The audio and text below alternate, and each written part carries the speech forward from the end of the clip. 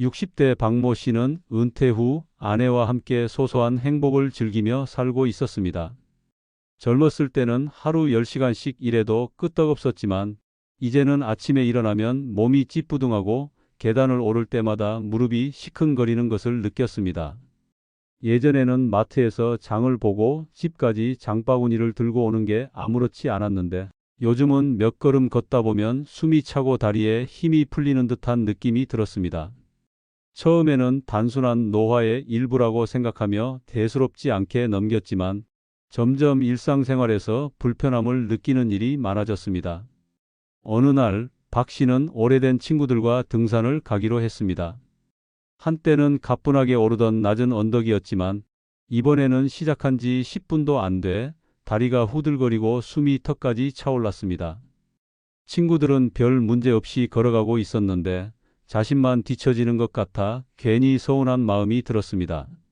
나도 운동을 좀 해야겠구나 싶었지만 문제는 단순한 체력 저하가 아니었습니다. 다음 날 평소보다 더 심한 피로감이 몰려왔고 몸을 움직일 때마다 근육이 뻐근하게 아팠습니다. 걱정된 아내가 병원에 가보라고 권유했고 결국 건강검진을 받게 되었습니다. 병원에서 근력 테스트를 받은 박 씨는 예상보다 심각한 결과를 받았습니다. 의사는 단순한 체력 저하가 아니라 근감소증이 진행되고 있습니다 라고 설명했습니다. 박 씨는 근감소증이라는 말을 처음 들어본 터라 깜짝 놀랐습니다. 의사는 근감소증이 단순한 노화 현상이 아니라 관리하지 않으면 근육량이 급격히 줄어들고 일상생활이 어려워질 수 있다고 경고했습니다. 더 충격적이었던 것은 근감소증이 낙상의 주요 원인이 되어 골절이나 심한 경우 장기적인 거동 불편으로 이어질 수도 있다는 사실이었습니다. 박 씨는 나는 아직 건강한 줄 알았는데 이렇게까지 진행되었을 줄이야 라는 생각에 막막해졌습니다. 의사는 박 씨에게 몇 가지 질문을 던졌습니다. 하루에 단백질을 얼마나 섭취하세요? 박 씨는 평소 아침은 대충 빵이나 밥으로 때우고 점심과 저녁도 고기보다는 국이나 반찬 위주로 먹는 날이 많았습니다. 고기는 가끔 먹긴 했지만 특별히 단백질 섭취를 신경 써본 적은 없었습니다. 의사는 단백질이 근육 합성에 필수적이며 나이가 들수록 단백질 요구량이 늘어나기 때문에 기존보다 더 많이 섭취해야 한다고 설명했습니다. 박 씨처럼 60대 이상이 되면 근육이 자연스럽게 감소하는데 이를 방치하면 힘이 없어지고 일상생활이 불편해지며 심할 경우 걷는 것조차 어려워질 수 있습니다. 또한 박 씨는 운동도 거의 하지 않았습니다. 퇴직 후에는 특별한 신체 활동 없이 집에서 TV를 보거나 가벼운 산책 정도만 했을 뿐이었습니다. 의사는 근육은 사용하지 않으면 점점 줄어들어요. 식사만 바꾸는 것으로는 부족하고 꾸준한 운동도 병행해야 합니다 라고 조언했습니다. 근력 운동과 단백질 섭취를 함께 해야만 근육을 유지하고 근감소증을 예방할 수 있다는 것입니다. 박 씨는 자신의 생활 습관이 근감소증을 악화시키는 원인이었다는 사실을 깨닫고 뒤늦게 후회가 밀려왔습니다. 집으로 돌아온 박 씨는 자신과 같은 나이대의 사람들이 근감소증을 어떻게 관리하고 있는지 인터넷을 찾아보기 시작했습니다. 그리고 깜짝 놀랄 만한 사실을 발견했습니다. 근감소증은 생각보다 훨씬 흔한 문제였고 단순히 운동 부족이 아니라 영양 불균형과 생활 습관 문제도 중요한 원인이었습니다. 연구에 따르면 60대 이상 성인 중 약 30%가 근감소증 위험군에 속하며 70대 이후에는 절반 이상이 어느 정도 근육 감소를 경험한다고 합니다. 하지만 많은 사람들이 이를 단순한 노화로 여기고 별다른 조치를 취하지 않는다는 점이 문제였습니다. 그날 밤 박 씨는 아내와 진지한 대화를 나누었습니다. 여보, 나 이제부터라도 건강을 챙겨야 할 것 같아. 병원에서 단백질을 더 먹고 운동도 시작하라고 하더라고. 아내는 박 씨의 손을 꼭 잡으며 그래, 우리 함께 건강하게 지내자. 내일부터 식단도 신경 써볼게 라고 답했습니다. 그렇게 박 씨는 작은 변화부터 시작하기로 결심했습니다. 매일 아침 달걀과 두부를 포함한 단백질 식단을 챙기고 가벼운 근력 운동을 추가하기로 했습니다.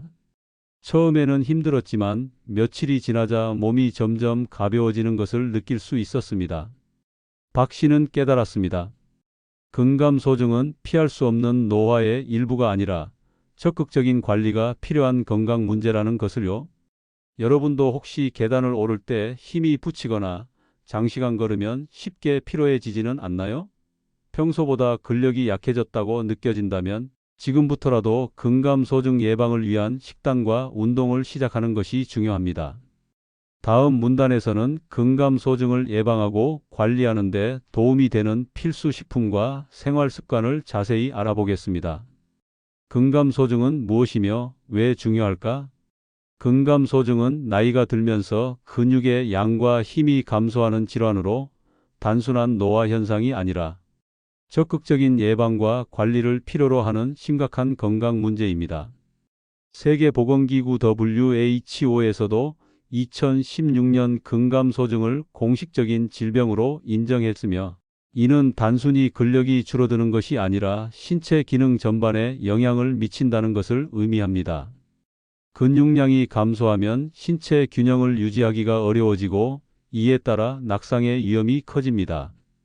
특히 60대 이후 낙상으로 인한 골절은 회복이 더디며 심하면 장기간 와상 생활을 해야 할 수도 있습니다. 이는 결국 독립적인 생활을 어렵게 만들고 삶의 질을 크게 떨어뜨릴 수 있습니다. 근육이 줄어들면 단순히 힘이 약해지는 것뿐만 아니라 다양한 건강상의 문제가 동반됩니다. 예를 들어 근육량 감소는 기초 대사량 저하로 이어져 체중 증가 및 비만을 유발할 수 있으며, 이는 당뇨병이나 심혈관 질환 등의 만성 질환 발생 위험을 높입니다. 또한 근력이 부족하면 걷기나 계단 오르기 같은 기본적인 활동조차 어려워지고 일상생활에서의 자립도가 감소합니다. 혼자서 생활하는 노년층의 경우 근감소증이 진행되면 외출이 줄어들고 활동량이 더욱 감소하는 악순환이 발생할 가능성이 큽니다. 더 나아가 근감소증은 면역력 저하와도 깊은 연관이 있습니다. 근육은 단순히 움직이는 역할만 하는 것이 아니라 신체의 면역 체계 유지에도 중요한 역할을 합니다. 근육이 충분해야 면역 세포의 활동이 원활하게 이루어지며 감염에 대한 저항력도 높아집니다. 하지만 근감소증이 진행되면 면역 기능이 약화되어 감기, 폐렴과 같은 감염성 질환에 쉽게 걸릴 수 있고 회복에도 더 오랜 시간이 걸립니다. 근감소증의 원인은 무엇일까? 근감소증은 다양한 원인에 의해 발생합니다. 가장 대표적인 원인은 노화에 따른 자연스러운 근육 감소입니다. 보통 30대 이후부터 근육량은 점진적으로 감소하기 시작하며 60대 이후에는 그 속도가 더욱 빨라집니다. 연구에 따르면 60대 이후 성인은 10년마다 근육량의 3에서 8%를 잃는 것으로 나타났습니다. 그러나 노화 자체가 근감소증을 유발하는 유일한 요인은 아닙니다. 운동 부족 역시 근감소증의 중요한 원인 중 하나입니다. 우리 몸의 근육은 사용하지 않으면 점점 줄어드는 특성을 가지고 있습니다. 즉, 신체 활동이 부족할수록 근육량이 더 빠르게 감소합니다. 특히 중장년층 이후에는 직장 은퇴와 함께 활동량이 줄어드는 경우가 많으며, 이로 인해 근육 감소가 더욱 가속화됩니다. 예를 들어 하루 대부분을 앉아서 생활하거나 움직이는 시간이 적다면 근육이 자연스럽게 약해질 수밖에 없습니다. 영양 불균형도 근감소증을 악화시키는 중요한 요인입니다. 근육을 형성하고 유지하는 데 가장 중요한 영양소는 단백질인데, 많은 사람들이 나이가 들수록 단백질 섭취량이 줄어드는 경향이 있습니다. 특히 아침 식사를 대충 때우거나 고기 섭취를 줄이는 식습관은 근육 건강을 해칠 수 있습니다. 연구에 따르면 60대 이상 성인은 체중 1kg당 하루 1.01 이지의 단백질을 섭취해야 하지만 실제로는 이보다 적은 양을 섭취하는 경우가 많습니다. 또한 비타민 D 결핍도 근감소증과 관련이 깊습니다. 비타민 D는 근육 기능을 유지하는 데 중요한 역할을 하는 영양소로 부족하면 근력이 감소하고 균형 감각이 떨어질 수 있습니다. 실제로 비타민 D가 부족한 사람들은 낙상의 위험이 더 높은 것으로 보고된 바 있습니다. 그러나 실내 생활이 많아지고 햇빛을 충분히 받지 못하는 현대인의 생활 방식으로 인해 비타민 D 결핍이 흔히 발생하고 있습니다. 이 외에도 만성질환, 호르몬 변화, 염증 반응 등도 근감소증의 원인으로 작용할 수 있습니다. 예를 들어 당뇨병이나 심혈관 질환을 앓고 있는 경우 근육 감소가 더 빠르게 진행될 수 있으며, 여성의 경우 폐경 후 여성 호르몬 감소로 인해 근육량 유지가 어려워질 수 있습니다. 달걀과 근감소증 예방. 완전 단백질의 중요성. 근감소증 예방을 위해 가장 중요한 식품 중 하나는 바로 달걀입니다. 달걀은 단순한 식재료가 아니라 근육 건강을 유지하는 데 필수적인 영양소를 골고루 함유하고 있어 완전 단백질 식품으로 꼽힙니다. 완전 단백질이란 우리 몸이 자체적으로 합성할 수 없는 9가지 필수 아미노산을 모두 포함한 단백질을 의미하는데, 달걀은 이러한 기준을 충족하는 몇 안 되는 자연식품 중 하나입니다. 근육 합성을 돕는 류신이 풍부한 달걀. 특히 달걀은 근육 단백질 합성을 촉진하는 핵심 아미노산인 류신이 풍부하게 들어 있습니다. 류신은 근육 생성과 유지에 가장 중요한 역할을 하는 필수 아미노산 중 하나로 나이가 들면서 점차 감소하는 근육량을 유지하는 데 필수적입니다. 연구에 따르면 류신 섭취량이 충분할수록 노년층의 근육 단백질 합성이 활성화되며 근육 감소 속도를 늦출 수 있습니다. 보통 한 개의 달걀 약 50g에는 약 0.5g의 류신이 포함되어 있습니다. 특히 아침 식사에 달걀을 포함하면 공복 상태에서 근육, 단백질 합성이 원활하게 진행되어 노화로 인한 근육 손실을 줄이는 데 큰 도움이 됩니다. 비타민 D와 뼈 건강 근육 약화를 예방하는 달걀 노른자. 달걀은 단백질뿐만 아니라 근육 기능과 뼈 건강을 동시에 유지하는 비타민 D의 좋은 공급원입니다. 비타민 D는 칼슘 흡수를 도와 뼈를 튼튼하게 만들고 근육의 힘을 유지하는 데 중요한 역할을 합니다. 근육 약화의 주요 원인 중 하나가 비타민 D 결핍인데, 특히 실내 생활이 많은 현대인들은 햇빛을 충분히 받지 못해 비타민 D가 부족한 경우가 많습니다. 달걀 노른자에는 비타민 D가 풍부하게 들어 있으며, 특히 자연 방사한 닭이 낳은 달걀의 경우 일반 달걀보다 비타민 D 함량이 더 높습니다. 연구에 따르면 비타민 D가 충분한 사람들은 근육 힘이 강하고 낙상 위험이 낮으며 근감소증 진행 속도가 느리다는 결과가 나왔습니다. 따라서 근육 건강을 유지하고 싶은 사람들은 달걀 노른자도 함께 섭취하는 것이 중요합니다. 항산화 성분으로 근육 세포 보호. 근육 감소는 단순히 단백질 부족 때문만이 아니라 근육 세포의 산화 및 염증 반응과도 관련이 있습니다. 나이가 들면 우리 몸의 세포는 산화 스트레스에 더 취약해지고 이로 인해 근육 손실이 가속화됩니다. 달걀에는 루테인과 지아잔틴 같은 강력한 항산화 성분이 들어있어 근육 세포 손상을 줄이고 염증을 완화하는 데 도움을 줍니다. 이러한 성분들은 주로 눈 건강에 좋다고 알려져 있지만, 최근 연구에 따르면 근육 세포 보호에도 긍정적인 영향을 미친다고 밝혀졌습니다. 다음으로 근감소증 예방을 위한 또 다른 핵심 식품은 시금치입니다. 시금치는 단순한 채소가 아니라 근육 건강에 필수적인 영양소를 다량 함유하고 있습니다.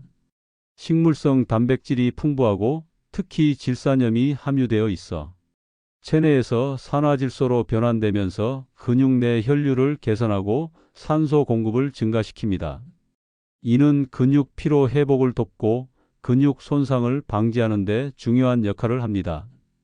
또한 시금치에는 비타민 C와 E 같은 강력한 항산화제가 들어있어 근육 염증을 완화하고 회복을 촉진하는 효과가 있습니다. 마그네슘과 칼륨은 근육의 피로를 줄이고 경련을 예방하는 데 필수적인 미네랄로 꾸준히 섭취하면 근육 기능 유지에 큰 도움이 됩니다. 단, 신장 결석이나 요산 관련 질환이 있는 분들은 섭취량을 조절하는 것이 좋습니다. 세 번째로 두부는 근육 건강을 위한 완벽한 식품 중 하나입니다. 두부는 콩 단백질로 만들어진 식품으로 필수 아미노산을 모두 포함한 완전 단백질 공급원입니다. 특히 류신이 풍부하여 근육 단백질 합성을 촉진하는 효과가 있으며 열량이 낮고 소화도 잘 되어 부담 없이 섭취할 수 있습니다.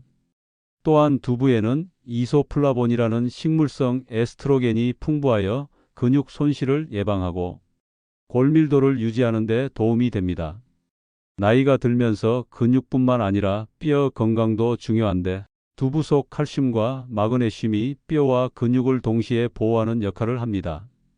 게다가 두부는 동물성 단백질과 달리 포화지방과 콜레스테롤이 적어 심혈관 건강이 걱정되는 중장년층에게도 안전한 단백질 공급원입니다. 마지막으로 견과류는 근육 건강을 간접적으로 지원하는 훌륭한 식품입니다. 견과류는 식물성 단백질이 풍부하여 부족한 단백질을 보충하는 데 효과적입니다. 특히 아몬드는 100g당 약 21g의 단백질을 함유하고 있어 근육 합성을 돕고 호두와 캐슈넛 역시 적절한 단백질을 제공합니다. 견과류에 들어있는 불포화 지방산은 염증을 줄이고 근육 회복을 촉진하는 역할을 합니다. 또한 비타민 E 같은 강력한 항산화 성분이 포함되어 있어 근육 세포를 산화 스트레스로부터 보호합니다. 근육 건강에 필수적인 마그네슘, 아연, 칼륨 같은 무기질도 풍부하게 함유하고 있어 꾸준히 섭취하면 근육 유지와 피로 회복에 도움을 줄 수 있습니다. 근감소증을 예방하고 관리하는 핵심은 단백질과 필수 영양소를 충분히 섭취하는 것뿐만 아니라 운동을 병행하는 것입니다. 근육은 사용하지 않으면 약해지고 소실되기 때문에 운동은 필수적입니다. 단백질 섭취와 함께 가벼운 근력 운동부터 시작해 점차 강도를 높여가는 것이 중요합니다. 또한 고기를 섭취할 때는 기름기가 적은 닭가슴살, 소고기 안심, 돼지고기 등심 등을 선택하는 것이 좋고 단백질 과잉 섭취는 신장 건강에 부담을 줄 수 있으므로 적절한 양을 유지해야 합니다. 단백질만 집중적으로 섭취하기보다는 채소, 곡물, 건강한 지방과 함께 균형 잡힌 식사를 하는 것이 가장 효과적입니다. 근감소증은 적극적인 관리로 충분히 예방할 수 있습니다. 단백질 섭취와 운동을 꾸준히 실천하면 근력을 유지하고 건강한 노후를 보낼 수 있습니다. 오늘 영상이 도움이 되셨다면 구독과 좋아요 부탁드립니다. 다음에 더 유익한 정보로 찾아뵙겠습니다. 건강한 하루 보내세요.